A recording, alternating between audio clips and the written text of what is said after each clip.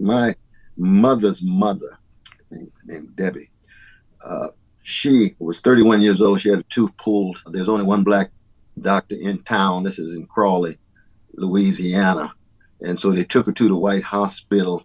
They wouldn't allow her in the White Hospital, so she bled to death on the stairs of that White Hospital. She was 31 years old. My mother was only 2 years old. Granddad was already a deacon. He pulled his rifle out, was getting ready to do some folk in, and folk held him back, and the white folk ran him out of town.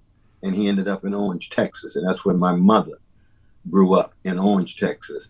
And T. Rose, who was her grandmother, was a woman who my granddad married, but she raised my mother, even though she was not my mother's biological mother. Mom's biological mother was killed by white supremacy, white supremacist hatred and bigotry. The same way I had a great uncle who came back from World War I, who was lynched, wrapped around the U.S. flag. That's why that flag means something different to me than it means to a lot of other people. People have a right to perceiving the flag in one way, but I'll never forget the story of his being told about this U.S. flag wrapped around his body. He's hanging from a tree.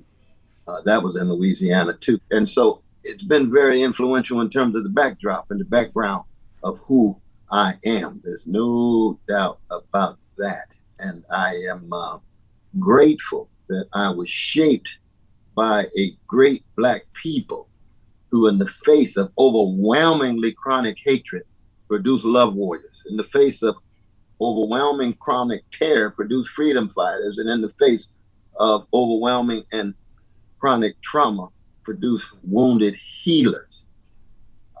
And even in the face of sorrow, produced joy spreaders.